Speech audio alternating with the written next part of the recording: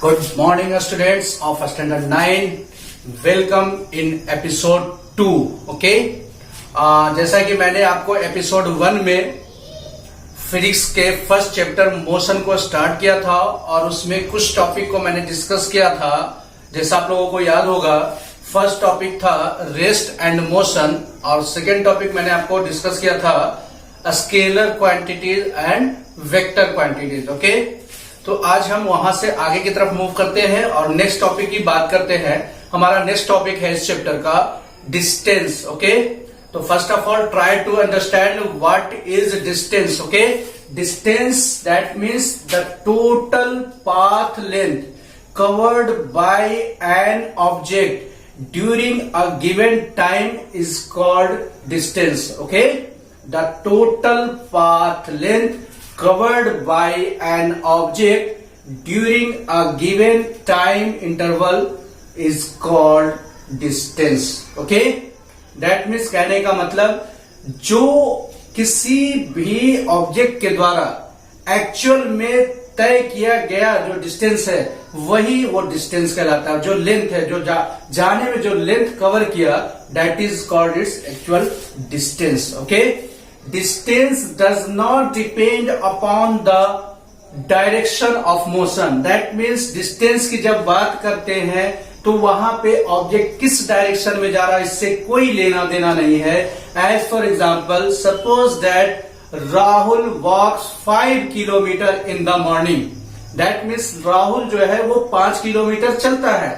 He covered 5 kilometre, तो उसका distance हो जाएगा 5 किलोमीटर। इट डजेंट मैटर कि वो 5 किलोमीटर चलकर वो 5 किलोमीटर किधर की तरफ जाता है, वो फुलवारी शरीफ जाता है कि खगोल की तरफ जाता है कि अनीसाबाद की तरफ जाता है कि राजा बाजार की तरफ जाता है, उससे कोई मतलब नहीं। वो कितना डिस्टेंस लेंथ, वो कितना लेंथ कवर कर रहा है, that means the actual length covered by an object during a given time is called distance. Okay, that means कोई भी ऑब्जेक्ट किसी भी डायरेक्शन में कहीं भी जा रहा हो और वो जितना लेंथ को कवर करता जा रहा है वो उसका डिस्टेंस कहलाता है। और ये डायरेक्शन से कोई लेना देना नहीं। So it is a scalar quantity.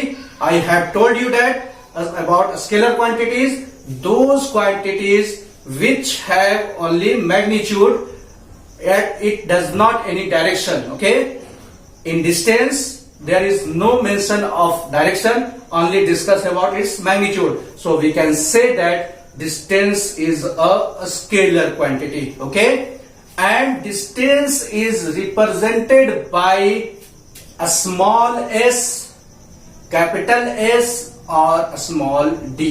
Okay, आप distance को small s, कैपिटल एस और स्मॉल डी किसी भी तरह से इन तीनों में से डिनोट कर सकते हैं। Okay, now its SI unit is metre. Okay, distance का जो बेसिक यूनिट होता है, एसआई यूनिट जो होता है वो मीटर होता है, जिसे हम लोग स्मॉल एम से लिखते हैं। ओके, तो आई थिंक आपको ये समझ में आ गया डिस्टेंस के बारे में। अब हम लोग कुछ इस पे प्रैक्टिकल देखते हैं कि कैसे हम लोग कोई भी न्यूमेरिकल्स आ जाता है उसमें डिस्टेंस फाइंड करना हो तो कैसे हम लोग फाइंड करेंगे। तो let us see with some examples how to find distance covered by any object.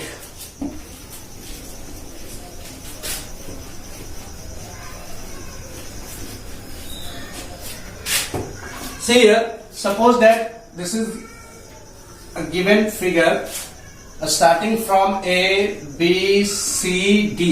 Okay, ये एरो दिखा रहा है, दैट मीन्स कोई भी ऑब्जेक्ट ए से बी की तरफ, बी से सी की तरफ और सी टू डी की तरफ जा रहा है।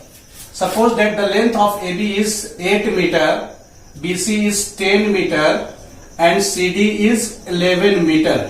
Okay, then what will be the distance of A to D. A से डी का डिस्टेंस कितना है, तो मैंने आपको डिफिनेशन में बताया डिस्टेंस का मतलब हुआ एक्चुअल पाथ, दैट मीन्स वो जैसे जिस जिस डायरेक्शन में वे दिख रहा है उन सबों का टोटल लेंथ जो होगा वो sum of the length is called distance. Okay, so here we can calculate distance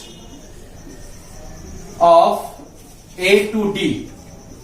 ए से डी तक जाने में कितना डिस्टेंस कवर हुआ ये पता करना है। तो क्या हो जाएगा यहां से ए बी का लेंथ आप पता कर लेंगे, A B plus B C plus C D. Okay, A B का वैल्यू कितना, 8 metre plus 10 metre plus 11 metre. Okay, 10 8 18 18 10 10 28 129 metre. ठीक है, दैट मीन्स अगर यहाँ पे बात किया जाए कोई भी ऑब्जेक्ट होगा उसकी डिस्टेंस अगर वो ए से डी की तरफ जाता है, that means we can say then that object cover 29 meter. Okay, now let us see another example.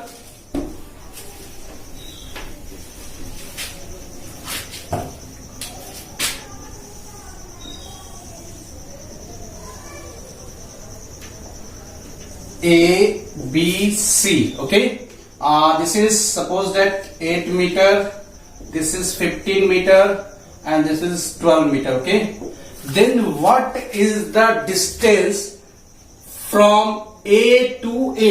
अगर वो A से A की तरफ जा रहा है, that means उसके डायरेक्शन देख लीजिए, यहां से A से B गया, B से C जा रहा है, C to A जा रहा है, then what will be the distance covered by any object in the given figure in the given path? Okay, so let us see. Distance is equal to distance of A from A. A से लेकर A की दूरी क्या है, distance क्या है, वो देखिए यहां से क्या हो जाएगा, A B plus B C plus C A. Okay, put the value of A B 8 metre, put the value of B C 15 metre, C A 12 metre. Sum of this 15 8 23 to 25 10 35 meter. Okay, that means the distance traveled by any object on this path is equal to 35 meter when he travels one round. अगर वो एक complete round लेता है तब वो 35 metre उसका distance हो जाएगा। ठीक है, सपोज दैट वही ऑब्जेक्ट 2 राउंड लेता है तो क्या हो जाएगा, ट्वाइस ऑफ 35 70 मीटर हो जाएगा। 3 टाइम्स है तो 35 इंटू 3 105 मीटर हो जाएगा। ठीक है, इसी क्वेश्चन में अगर ऐसा होता है कि वो एक राउंड जाता है और उसके बाद वो लास्ट ए बी पे एंड करता है, तो what will be the distance of that condition. Okay, कोई ऑब्जेक्ट इसी पाथ पे एक राउंड पूरा चक्कर लेता है, उसके बाद वो ए पर ना रुक करके लास्ट बी पे रुकता है, तो टोटल डिस्टेंस कितना होगा उसका। ठीक है, तो देखिए यहाँ पे सपोज दैट यार क्वेश्चन इस तरह से है, what is the distance in the given figure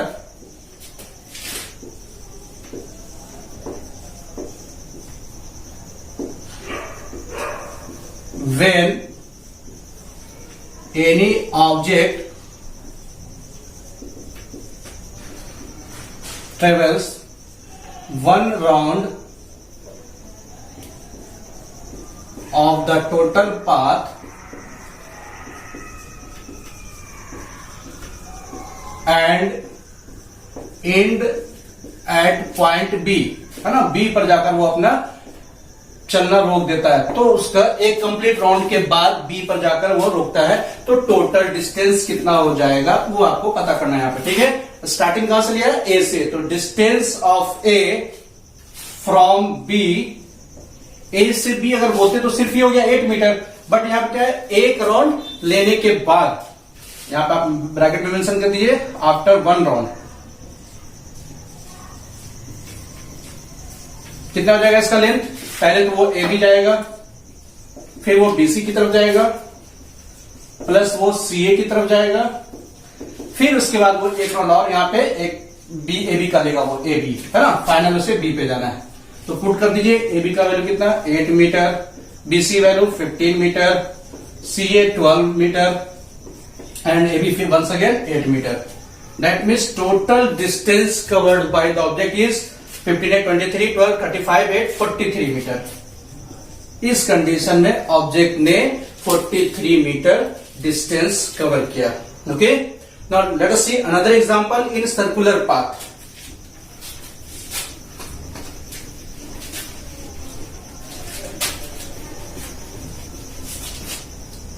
कोई ऑब्जेक्ट एक सर्कुलर पाथ पे मूव कर रहा है, ठीक है, वो अभी ए से स्टार्ट लेता है और वो बी यानी उसकी हाफ डिस्टेंस को वो ट्रेवल करता है। ठीक है, एक सर्कुलर पाथ है जिसका सेंटर ओ है और ऑब्जेक्ट जो है वो ए से चलना शुरू करता है और बी की तरफ मूव करता है और वो इस वे पे चल रहा है। ठीक है ना, इस रास्ते से वो ऐसे आ रहा है। तो what is the distance covered by any object from A to B? Okay, distance covered bye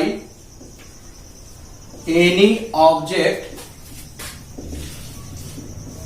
from A to B, है ना। आप डायरेक्ट ऐसे नहीं करेंगे। इसका रेडियस सपोज दैट 7 सेंटीमीटर है ना, रेडियस दिया हुआ 7 सेंटीमीटर। ओके, तो distance covered by any object from A to B, मैंने क्या बताया था डिस्टेंस का डेफिनेशन? एक्चुअल पाथ, ऑब्जेक्ट इधर से आ रहा है, इधर से आ रहा है, आप इधर से शॉर्टकट नहीं जाएंगे। ठीक है ना, शॉर्टकट के लिए फिर अलग टॉपिक है। तो यहां से जब ये इस तरफ आएंगे तो देखिए ये क्या कर रहा है, ये सरकमफ्रेंस है सर्कल का, है ना।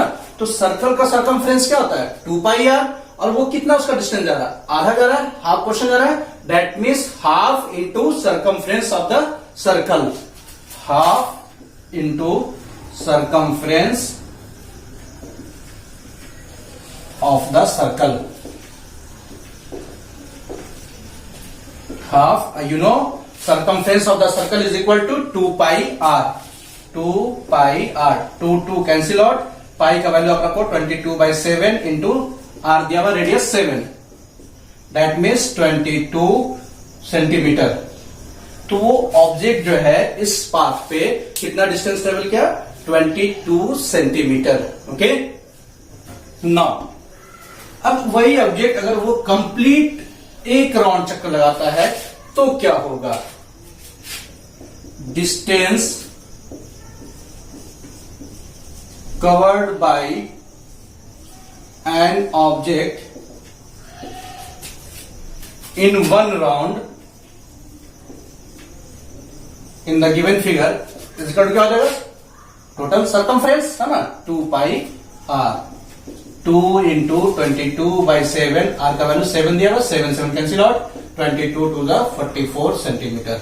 दैट मीन्स वो जो है टोटल 44 सेंटीमीटर डिस्टेंस ट्रेवल कर रहा है। ठीक है, यही क्वेश्चन रहता है 2.5 रेवोल्यूशन। ठीक है, 2 और आधा वो राउंड चक्कर लगाता है, यानी 2.5 गुना वो चक्कर लगाता है, तब वो टोटल डिस्टेंस कितना ट्रेवल कर रहा है? तो distance covered by an object in 2.5 round, okay, 2.5 गुना चक्कर लगा देता है तो वो कितना डिस्टेंस ट्रेवल कर रहा है? तो आपने देख लिया एक राउंड में कितना है? 2πr, है ना।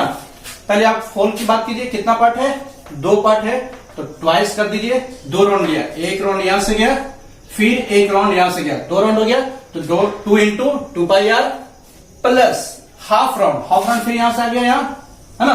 तो क्या हो जाएगा? ये 2πr का आधा हो जाएगा, हाफ इंटू 2πr। ठीक है, अब ये कैलकुलेट कर दीजिए, 2 टू द 4, पाई का वैल्यू रख दीजिए 22/7, और रेडियस का वैल्यू रख दीजिए 7, plus half into, sorry 2 cancel out, pi का वैल्यू रख दीजिए 22/7, रेडियस रख दीजिए 7, 7 cancel out, 7 cancel out, 22 4 the 88 plus 22, 8 to 10 111 110 metre. That means अगर बात की जाए कि ऑब्जेक्ट इस सर्कुलर पाथ पे अगर वो 2.5 गुना चक्कर लगाता है, 2.5 टाइम चक्कर लगाता है, तो उसका टोटल डिस्टेंस जो कवर होगा वो कितना होगा? 110 यानी 110 मीटर। ओके, आई होप आप लोग अब डिस्टेंस के बारे में बहुत अच्छे तरीके से समझ गए होंगे। तो अब हम लोग मूव करते हैं दूसरे टॉपिक की तरफ, इसी से मिलता जुलता टॉपिक डिस्प्लेसमेंट की बात करते हैं। So let us see displacement. Now see second topic, displacement. Distance के बारे में आपने देख लिया, डिस्प्लेसमेंट बस जिस तरह से आपने डिस्टेंस देखा बस वैसा ही है, थोड़ा सा इसमें डिफरेंसेस है। इसमें क्या होता है, इसमें डायरेक्शन साथ साथ हो जाता है, उसमें डायरेक्शन का कोई मीनिंग नहीं था, यहाँ पे डायरेक्शन का होना कंपलसरी है। दैट मीन्स डिस्टेंस में अगर डायरेक्शन को इंक्लूड कर दिया जाए तो एक नया टर्म कहलाया जाता है डिस्प्लेसमेंट। ओके, तो try to understand about what is displacement. Displacement that means the shortest path. Distance में क्या होता था, आप कहीं भी किसी तरह से डिस्टेंस ट्रेवल कर सकते हो, मतलब एक्चुअल पाथ आपने जो ट्रेवल किया वो आपका वो डिस्टेंस हो गया। लेकिन डिस्प्लेसमेंट का मतलब हो गया आपको उसमें से शॉर्टेस्ट पाथ खोजना होगा। जैसे देखिएगा, आप यहां से अनीसाबाद जाएंगे तो अनीसाबाद जाने के लिए आपको जैसे जैसे रोड गया है, कर्व गया है, स्ट्रेट गया है, जैसे गया है वैसे आपको जाना पड़ेगा ना। लेकिन डिस्प्लेसमेंट का मतलब एकदम शॉर्टकट देखना होगा, शॉर्टकट में एकदम स्ट्रेट जहां पर आप है वहां से एकदम डायरेक्ट देखिए कि अनीसाबाद कैसे पहुंचा जाता है, कहीं पर टर्न नहीं हो, यानी शॉर्टेस्ट वे जो होगा वो डिस्प्लेसमेंट कहलाता है। तो वहां पे डिस्टेंस में आप एक्चुअल पाथ लेंथ बोल रहे थे, यहाँ पे शॉर्टेस्ट पाथ लेंथ बोल देंगे। ओके, तो try to understand the shortest path length covered by an object from initial position to final position in a given time is called displacement. Okay, the shortest path length covered by an object from initial position, जहां से वो चला जहां तक जाएगा, है ना, that means and the shortest path length covered by an object from initial point to final point in given a time. Okay, एक पार्टिकुलर टाइम में जितना टाइम देगा उस टाइम में वो जो डिस्टेंस ट्रेवल कर रहा है that is called displacement. Okay, now move on. It is a scalar और वेक्टर क्वांटिटी। मैंने शुरू में ही बता दिया कि इसमें डायरेक्शन का बहुत ही अहम रोल है, so it is a vector quantity. Why displacement is called a vector quantity? Because it has magnitude as well as direction. So we can say that displacement is a vector quantity. Okay? Now, अब हम लोग displacement को कैसे represent करते हैं? Distance और displacement की बात की जाए रिप्रेजेंटेशन में तो कोई भी चेंजिंग नहीं होगा। डिस्टेंस और डिस्प्लेसमेंट दोनों को स्मॉल एस, कैपिटल एस और स्मॉल डी से रिप्रेजेंट कर सकते हैं। ओके, नाउ अब हम लोग बात करते हैं इसके एसआई यूनिट की। जिस तरह से डिस्टेंस का आपने एसआई यूनिट देखा मीटर, डिस्प्लेसमेंट भी क्या है, लेंथ ही है, तो इसके भी एसआई यूनिट मीटर ही होंगे, जिसे हम स्मॉल एम से लिखते हैं। ओके, अब हम लोग कोशिश करते हैं कि डिस्टेंस और डिस्प्लेसमेंट में कैसे फर्क समझा जाए, तो कुछ एग्जांपल्स लेकर समझते हैं। ठीक है, तो लेट अस सी सम एग्जांपल। मैंने जो डिस्टेंस में एग्जांपल दिया था वही एग्जांपल मैं यहां पर लेकर चल रहा हूं और कोशिश करते हैं उससे डिस्प्लेसमेंट को क्लियरफाई करने का। ठीक है, तो लेट अस सी।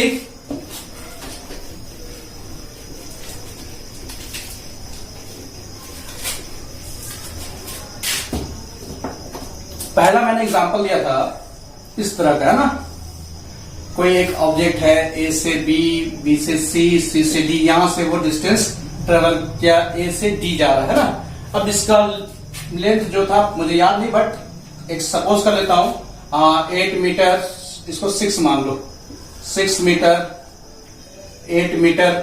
ओके, और ये आपका हो जाता है सपोज दैट 6 मीटर, इसे भी आप मान लो 6 मीटर। ओके, टोटल इसे 16 मान लो। ठीक है, 16 मीटर, 6 मीटर। अब आपको क्या करना है, डिस्प्लेसमेंट ए टू डी पता करना है। तो डिस्टेंस तो आप ए बी से बीसी जाओ, बीसी से सी डी जाओ, लेकिन डिस्प्लेसमेंट मैंने बताया शॉर्टेस्ट डिस्टेंस, यानी डायरेक्ट ए टू डी जाना है। तो डायरेक्ट ए टू डी जाते हैं। ठीक है, तो आपको इसमें पता करना है कि डिस्प्लेसमेंट हमारा कितना होगा। यहां पे सपोज कर लेते हैं ये मिड पॉइंट पे कट करता है, दैट मीन्स इसका वैल्यू 8 और इसका भी वैल्यू 8 हो जाएगा, है ना। अब आप जानते हो 8 क्लास में पढ़े हो मैथ में पाइथागोरस थ्योरम, है ना, हाइपोटेनस। अब ये देखिएगा, ये राइट एंगल ट्रायंगल है, 90 डिग्री यहां देख लीजिए। ठीक है, ये राइट एंगल ट्रायंगल है, तो यहां पे इसका हाइपोटेनस हो जाएगा, परपेंडिकुलर बेस दिया हुआ तो फाइंड कर लोगे। तो in triangle AOB, okay, AO square is equal to AB square plus OB square और BO square, AB square plus OB square. Okay, then you will get AO square. Put the value of AB 6 square plus 8 square, 6 का square 36, 8 का square 64, ये AO square था। AO is equal to कितना हो जाएगा, square उधर जाएगा तो रूट में कन्वर्ट हो जाएगा, 36 प्लस 64 100, दैट मीन्स AO का वैल्यू आपको कितना मिल गया, 10 मीटर। ये आपने वैल्यू कर लिया 10 मीटर। आपको निकालना है पूरा A से D का डिस्टेंस। अभी आप AO फाइंड किया है ना, तो फिर इस ट्रायंगल में जाओ, यहां भी पाइथागोरस लगाइए आप। In triangle OCD, okay, OD square, hypotenuse ये है, पाइथागोरस यहां पे लगाइए, OD square is equal to OC square plus CD square. ठीक है, ओडी का वैल्यू आपको फाइंड करना है, ओसी इज इक्वल टू कितना है 8 स्क्वायर प्लस सीडी दिया हुआ है 6 स्क्वायर। ठीक है, then OD is equal to या स्क्वायर उधर जाकर रूट में 8 8 64, 6 is the 36, then OD is equal to root 100, OD is equal to 10 meter. That means displacement is equal to AD, displacement equal to AD equal to AO plus OD है ना, दोनों को अगर जोड़ दिया जाए दोनों के वैल्यू को तो टोटल डिस्टेंस AD निकल जाएगा। ये आया है 10 मीटर और ये भी इसका भी वैल्यू है 10 मीटर, दैट मीन्स टोटल हो जाएगा 20 मीटर। ओके, तो यहां से हमने देखा अगर डिस्टेंस की बात की जाए कितना हो जाएगा 6 प्लस 8 प्लस 8 कितना हो गया 8 6 14 14 8 22 6 28।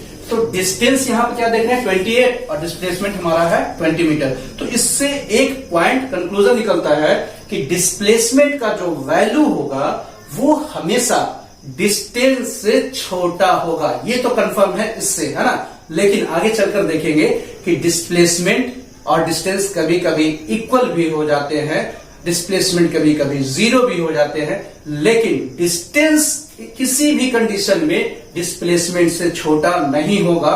डिस्टेंस का वैल्यू जो होगा वो या तो डिस्प्लेसमेंट के बराबर हो सकता है या उससे ज्यादा होगा। That means distance, the value of distance is always equal to और मे बी इक्वल टू और greater than displacement, the value of displacement. Okay, और एक पॉइंट और निकल कर आएगा, अभी चलेंगे और देखेंगे एग्जांपल। डिस्प्लेसमेंट जो है वो पॉजिटिव भी हो सकता है, नेगेटिव भी हो सकता है और जीरो भी हो सकता है, लेकिन डिस्टेंस कभी भी नेगेटिव नहीं होगा, जीरो नहीं होगा, डिस्टेंस हमेशा पॉजिटिव होता है। तो इन सबों को मैं डिस्कस करूंगा पॉइंट बाय पॉइंट, जब दोनों के बीच में डिफरेंसेस देखूंगा, डिस्टेंस और डिस्प्लेसमेंट के बीच में जब डिफरेंस देखेंगे तब मैं उस सब सारे पॉइंट्स को जिक्र करूंगा। अभी और देखते हैं, कुछ एग्जांपल से समझने की कोशिश करते हैं कब हमारा डिस्प्लेसमेंट जीरो होगा और कब। यहां पे तो डिस्प्लेसमेंट देख लिया पॉजिटिव में है, अब देखते हैं डिस्प्लेसमेंट हमारा जीरो कब होगा।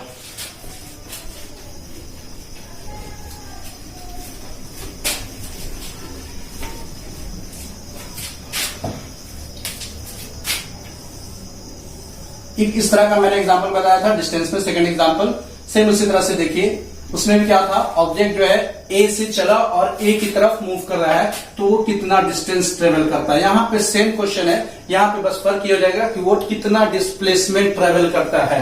यहां पे 8 metre 10 metre 11 metre suppose that. ठीक है, तो डिस्टेंस पहले हम लोग देख ले क्या होगा,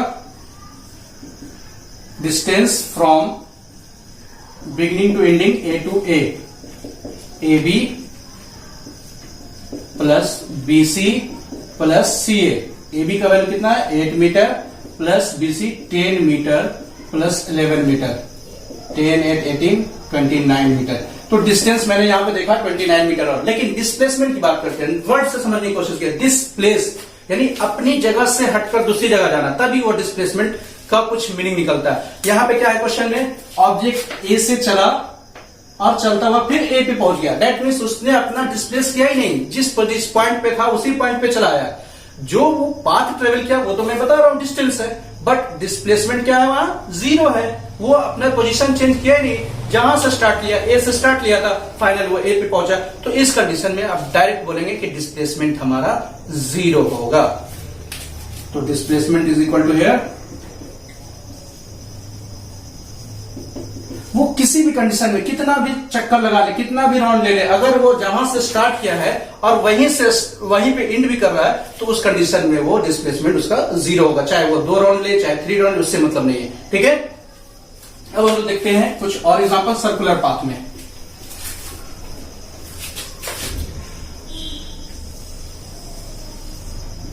चलिए, ऑब्जेक्ट ए से स्टार्ट करता है चलना, बी पे जाता है। ठीक है, तो डिस्टेंस हम लोग देखा था क्या था, यहां से डिस्टेंस की बात करें तो ये पॉइंट हो जाएगा हाफ, है ना, हाफ इंटू सर्कमफ्रेंस। लेकिन डिस्प्लेसमेंट क्या होगा, जब वो ए से बी की तरफ जा रहा है, और इसका रेडियस मान लो 7 मीटर है, ठीक है। तो डिस्प्लेसमेंट मैंने बताया था क्या, शॉर्टेस्ट डिस्टेंस ए से बी जाना, वो डायरेक्ट यहां चलाएगा, है ना, इतना घूम कर जाने की वजह से डायरेक्ट यहां चलाएगा, तो वो उसका डिस्प्लेसमेंट हो जाएगा। डिस्प्लेसमेंट का मतलब शॉर्टेस्ट डिस्टेंस का मतलब जो एक्चुअल पाथ है, तो एक्चुअल पाथ जब डिस्टेंस बोला जाएगा तो उसको ऐसे जाना होगा, है ना, और डिस्प्लेसमेंट बोलेंगे तो ऐसे, तो that means displacement equal to क्या हो जाएगा, लेंथ ऑफ ए बी, और ये क्या है, डायमीटर है ना, ये 7 मीटर AO प्लस OB, तो ये क्या हो जाएगा 7 मीटर प्लस 7 मीटर 14 मीटर, ये आपका डिस्प्लेसमेंट हो जाएगा। अब यही कहता है कि सर्कल पे ए से पॉइंट से ऑब्जेक्ट चलना शुरू किया, ठीक है, और ए पे ही पहुंच गया, ठीक है, तो कितना डिस्प्लेसमेंट होगा, जाहिर सी बात है 0 होगा। उसने 2 चक्कर लगाया तो कितना डिस्प्लेसमेंट होगा, तो भी 0 होगा। 3 चक्कर लगाया और ए पे पहुंचा तो भी होगा। अब बोलता 2.5 चक्कर लगाया तो कितना डिस्प्लेसमेंट होगा, तो देखो यहां पे 1 चक्कर यहां से गया, डिस्प्लेसमेंट 0, फिर 1 चक्कर यहां से गया, डिस्प्लेसमेंट 0, 2.5 चक्कर लगाया, फिर यहां से यहां पहुंचा, है ना, 2.5 चक्कर हो गया, तो 2.5 राउंड में क्या होगा, यहां से यहां पहुंचा, शॉर्टेस्ट डिस्टेंस 14 मीटर होगा। यानी राउंडिंग से मतलब है डिस्टेंस आपका बढ़ता जाएगा, लेकिन डिस्प्लेसमेंट जैसा रिजल्ट आएगा बस वैसा ही होगा। उसको कोई मल्टीपल फॉर्म में नहीं करना कि 2 टाइम्स लिया है तो या 2.5 टाइम्स लिया तो उससे मल्टीप्लाई करेंगे, नहीं, नथिंग, ठीक है। वो जहां से फाइनल, मैंने डिफिनेशन में बताया था, from initial position to final position, final position minus initial position, final position कितना था 14, इनिशियल पोजीशन 0, 14 माइनस 0 14 हो जाएगा, है ना। तो इस तरह से डिस्प्लेसमेंट आप किसी तरह के भी क्वेश्चन से आए, डिस्टेंस और डिस्प्लेसमेंट का प्रॉब्लम आप इजी वे में सॉल्व कर लेंगे, ओके। अब मैं इन दोनों के डिफरेंस के बारे में जिक्र करूंगा कि डिस्टेंस और डिस्प्लेसमेंट में क्या फर्क है। तो एक टेबुलर फॉर्म देखते हैं दोनों के डिफरेंस के बारे में। See difference between distance and displacement, okay. First point of distance, you will just say the definition of distance and displacement. मैंने बता दिया था आप लोगों को दोनों का difference. It is the total path length covered by an object, है ना। It is shortest path length covered by an object, दोनों इजी वे में आप लिख देंगे। ये भी मैंने बता दिया था डिफिनेशन में। Distance is a scalar quantity whereas displacement is a vector quantity. क्यों होता बता दिया था, डिस्टेंस में डायरेक्शन नहीं होते, सिर्फ मैग्नीट्यूड होते हैं, इसलिए स्केलर क्वांटिटी है। वेक्टर क्वांटिटी डिस्प्लेसमेंट है, क्यों, क्योंकि उसमें मैग्नीट्यूड और डायरेक्शन दोनों है। Now it is always taken positive. अभी मैंने न्यूमेरिकल में बताया कि डिस्टेंस जो होता है वो हमेशा प्लस लिया जाता है, वो कभी भी नेगेटिव नहीं होता। डिस्प्लेसमेंट कैन बी पॉजिटिव और नेगेटिव और इवन 0। डिस्प्लेसमेंट जो है वो पॉजिटिव भी हो सकता है, देखा था न्यूमेरिकल में 20 वैल्यूज आए थे, 20 मीटर पॉजिटिव थे। 0 भी देखा, जब वो ऑब्जेक्ट जहां से चलेगा वहीं पे पहुंच जाएगा, यानी इनिशियल और फाइनल पोजीशन सेम होगा, तो उस कंडीशन में डिस्प्लेसमेंट 0 होगा। अब हम बात करते हैं नेगेटिव कब होगा, है ना। जैसे मैं बोलता हूं कि कोई ऑब्जेक्ट यहां से अनीसा बच जाए, ठीक है, तो अनीसा बच गया, वो पॉजिटिव डिस्प्लेसमेंट हो गया, फिर वो वहां से रिटर्न आ गया, तो जब दोबारा में वही सेम डिस्टेंस ट्रेवल किया, वही शॉर्टेस्ट पाथ डिस्टेंस ट्रेवल किया, लेकिन अब क्या हुआ, वो अपोजिट डायरेक्शन में हो गया ना। यहां से जाना मैंने अगर पॉजिटिव सपोज किया है, तो उधर से उसका आना क्या हो जाएगा, वो नेगेटिव हो जाएगा। दैट मीन्स मैग्नीट्यूड में कोई फर्क नहीं होगा, सिर्फ वहां पे माइनस लिखने का मतलब नेगेटिव वैल्यू नहीं होगा, सिर्फ उसके डायरेक्शन को इंडिकेट करेगा कि वो उल्टा चल रहा है ना, अपोजिट डायरेक्शन में, okay. Now let us see last point, it can never has a magnitude less than that of displacement. मैंने बताया कि डिस्टेंस का जो वैल्यू होगा, जो न्यूमेरिकल वैल्यू होगा, वो कभी भी डिस्प्लेसमेंट से छोटा नहीं हो सकता है, ठीक है। Magnitude of displacement is either equal to और less than that of the distance covered during the same time. Numerical में मैंने बताया कि मैग्नीट्यूड जो होगा डिस्प्लेसमेंट का, वो या तो डिस्टेंस से छोटा होगा, है ना, या फिर उससे ज्यादा से ज्यादा इक्वल हो सकता है ना। डिस्टेंस के magnitude of distance displacement is may be equal to और लेस देन 0, ज्यादा से ज्यादा इक्वल हो सकता है, उससे बड़ा नहीं हो सकता है डिस्टेंस के मैग्नीट्यूड से, ओके। तो इस तरह से दोनों के बीच में मैंने डिफरेंस आपको बता दिया, एक बार देख ले आप लोग, ठीक है। और मैंने जैसा बताया था आपको, हर एपिसोड में लास्ट में मैं 10 सेकंड का वीडियो दूंगा जिसमें आपको नोट्स प्रोवाइड किए जाएंगे। उस नोट्स का स्क्रीनशॉट ले करके उसे आप कॉपीराइट कर सकते हैं। तो आज मैं क्लास यही को ओवर कर रहा हूं। नेक्स्ट क्लास एपिसोड 3 मैं जल्द आपको प्रोवाइड करूंगा और उसमें फिर आगे के टॉपिक को डिस्कस करूंगा। Thanks to all of you to listen me. आपको अगर मेरा पढ़ाई समझ में आ रहा हो तो प्लीज सब्सक्राइब कीजिए हमारा चैनल कैसर की पढ़ाई। Thanks to all of you to watching me. Have a nice day.